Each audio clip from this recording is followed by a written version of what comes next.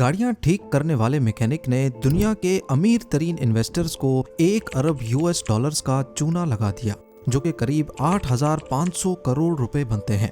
ये काम उसने अमेरिका जैसे मुल्क में रहकर खुल्लम खुल्ला करने की हिम्मत की।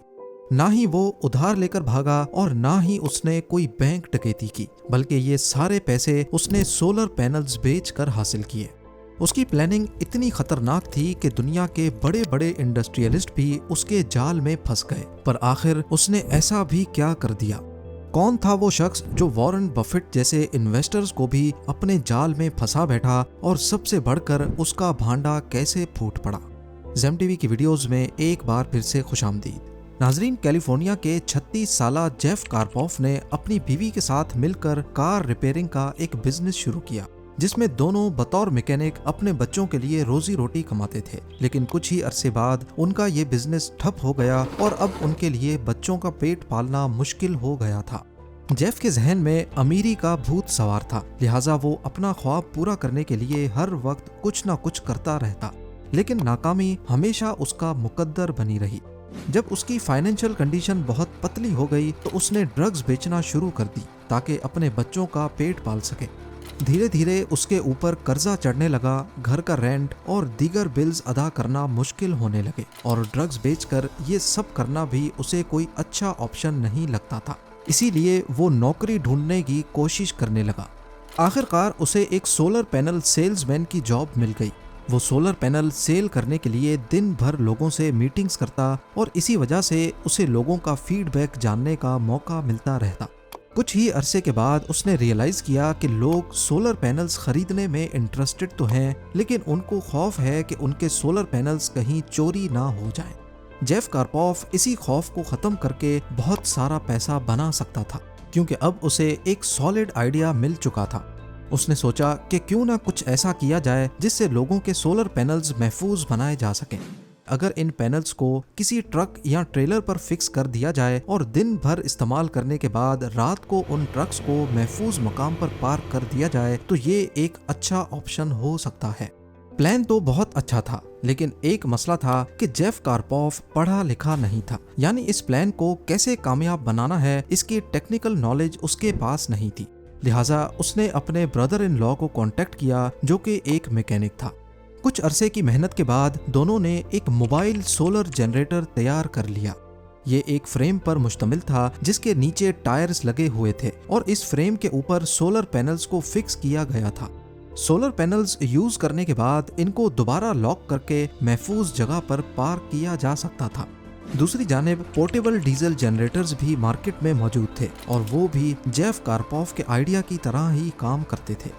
बस फर्क इतना था कि जेफ सोलर एनर्जी का इस्तेमाल कर रहा था। पोर्टेबल जनरेटर्स की मार्केट 3 अरब US डॉलर्स थी। इस मार्केट का मुकाबला कैसे करना है, या लोगों को डीजल जनरेटर से सोलर जनरेटर की तरफ कैसे रागिब करना है, इसके बारे में ना ही जेफ को कोई आइडिया था और ना ही उसके ब्रदर इन लॉ को। लेकिन किस्मत उन पर मेहरबान थी। उनकी कार रिपेयर शॉप पर वॉटसन नामी एक कस्टमर आया करता था, जो कि खुद एक सॉफ्टवेयर प्रोफेशनल था। जब उसे जेफ की इन्वेंशन के बारे में पता चला तो उसने उन्हें एक कंपनी बनाने की ऑफर की।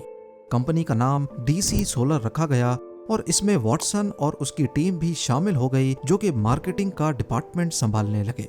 सबसे पहले आम पब्लिक को टारगेट करने के बजाय उन्होंने बड़ा काम करने का सोचा। उन्होंने सबसे पहले हॉलीवुड को टारगेट किया, क्योंकि उस वक्त मूवीज सेट पर डीजल जनरेटर्स इस्तेमाल किए जाते थे, जो कि बहुत शोर पैदा करते, और इस कंडीशन में DC सोलर कंपनी के मोबाइल सोलर जनरेटर्स एक अच्छा ऑप्शन हो सकते थे। उनका प्लान कामयाब हो रहा था और कई बड़ी फिल्म्स के सेट पर इनके सोलर पैनल्स इस्तेमाल होने लगे। 2009 में मशहूर अमेरिकन एक्टर और फिल्म प्रोड्यूसर ने इन सोलर पैनल्स की तस्वीर अपने फेसबुक अकाउंट से भी शेयर की, और ये कंपनी के लिए एक बड़ी प्रमोशन थी। दूसरी जानिब जेफ मुख्तलिफ बिजनेसमैन से मिलने लगा और अपना एक नेटवर्क बनाने लगा। वो पब्लिक गैदरिंग में भी अपनी कंपनी के बारे में बताए बिना नहीं रहता था, और देखते ही देखते जेफ ने world famous law firm Nixon Peabody से हाथ मिला लिया। इस दौरान अमेरिकन कांग्रेस ने एक कानून पास किया जिसमें वैल्यू ऑफ इन्वेस्टमेंट पर टैक्स क्रेडिट को 3 गुना कर दिया गया, जिसका मतलब था कि जो भी कारोबार अपने लिए सोलर पैनल्स खरीदेगा उसे 30% पैसे वापस किए जाएंगे।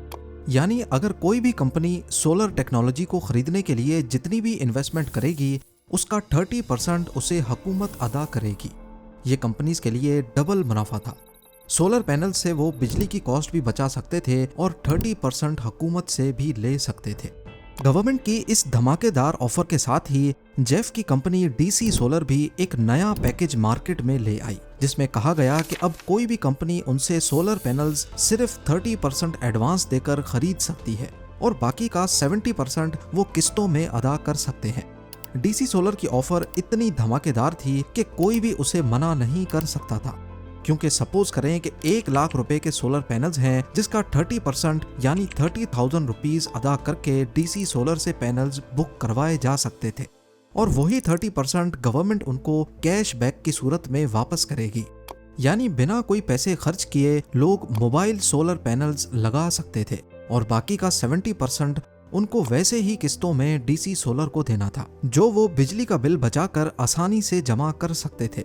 ये एक विन विन सिचुएशन थी। इसके चलते डीसी सोलर का नेटवर्क तेजी से बढ़ने लगा।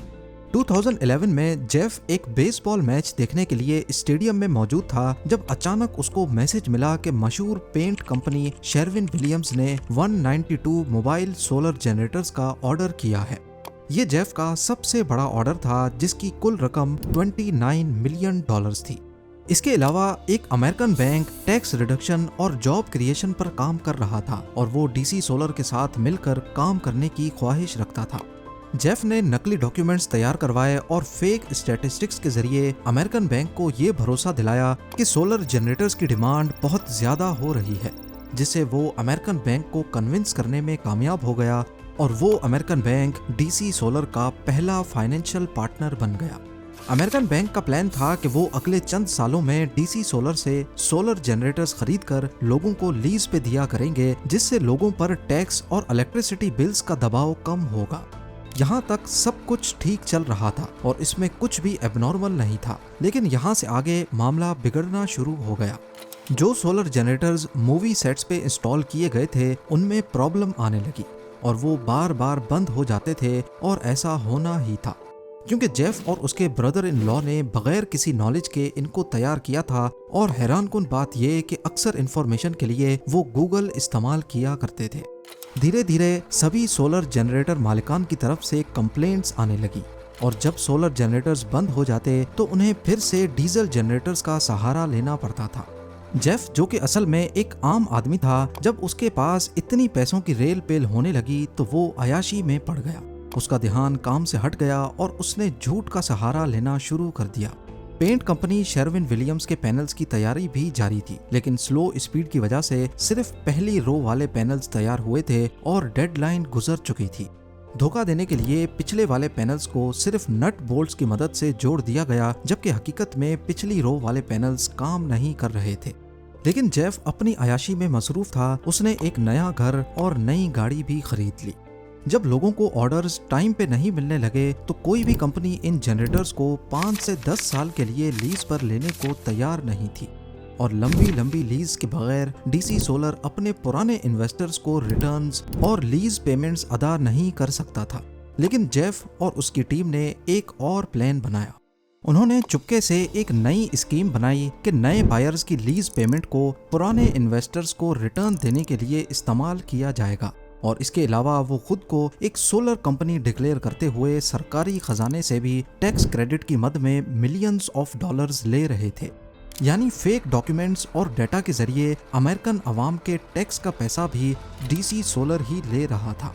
अब बारी थी इस स्कीम को प्रैक्टिकल बनाने की। इसके लिए जेफ को नए इन्वेस्टर्स की तलाश थी ताकि नए इन्वेस्टर्स से पैसे लेकर पुराने वालों को दिए जा सकें। वो हर इन्वेस्टर को फेक डाटा दिखाकर ये जाहिर करता कि जनरेटर्स बहुत ज्यादा तादाद में सेल हो रहे हैं और इस काम के लिए वो बिला वजह जनरेटर्स को एक जगह से दूसरी जगह भेजता ताकि इन्वेस्टर्स को लगे कि जनरेटर्स की डिमांड बहुत ज्यादा है और हर वक्त कोई ना कोई डिलीवरी हो रही है। इस तरह इन्वेस्टर्स इस काम को प्रॉफिटेबल समझते हुए इसमें इन्वेस्ट करने को तैयार हो जाते। ऐसी हरकतें करके जेफ ने शेल कंपनी को भी धोखा दिया और उनसे $76 मिलियन हड़प लिए। 2014 में IRS इंटरनल रेवेन्यू सर्विस ने कंपनी की जांच पड़ताल की कोशिश की तो DC सोलर के लीगल रिप्रेजेंटेटिव ने हर तरह से IRS को मुतमईन किया और DC सोलर को बचा लिया। पूरी की पूरी कंपनी इन्वेस्टर्स को मुतमईन करने के लिए स्कैमर बन चुकी थी। असल में जनरेटर सेल ही नहीं हो रहे थे और पब्लिक से कैश कंपनी में आ नहीं रहा था, लेकिन इन्वेस्टर से पैसे लगातार लिए जा रहे थे। जेफ को मजीद बड़े इन्वेस्टर्स की तलाश थी। उसकी खुशकिस्मती थी कि वैली नेशनल बैंक $76 मिलियन का सोलर इक्विपमेंट खरीदना चाहती थी और उन्होंने ऐसी कंपनीज की लिस्ट मंगवा रखी थी जो लीज या रेंट पर सोलर जनरेटर्स प्रोवाइड करती हैं। उस लिस्ट में DC सोलर कंपनी का भी नाम था, जिसके बारे में लिखा था कि वो अपने 80% जनरेटर्स रेंट आउट करते हैं, जबकि हकीकत में ये नंबर सिर्फ 5% ही था। वैली नेशनल बैंक भी इस धोखे का शिकार हो गया। इसी तरह जेफ कार्पोफ ने मशहूर इंश्योरेंस कंपनी गाइको को भी अपने चुंगल में फंसा लिया। ये कंपनी बर्कशायर हाथवे की ही एक ब्रांच है, जिसके मालिक दुनिया के अमीर तरीन लोगों की फहरिस्त में शुमार होते हैं, वॉरेन बफेट। लेकिन यहाँ सवाल पैदा होता है कि इतनी बड़ी कंपनी धोखे में आ कैसे गई। इसके लिए भी जेफ ने बड़ी चालाकी से काम लिया।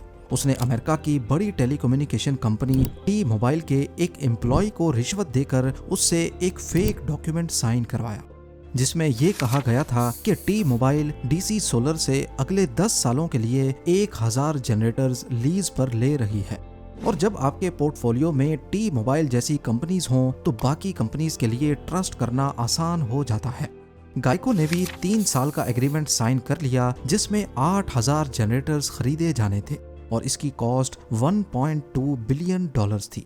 इस डील से शुरू में गाइको को भी फायदा हुआ क्योंकि वो 30% यानी $377 मिलियन का टैक्स बचा रहे थे, लेकिन असल में उनका पैसा पुराने इन्वेस्टर्स को रिटर्न और लीज पेमेंट्स देने के लिए इस्तेमाल हो रहा था।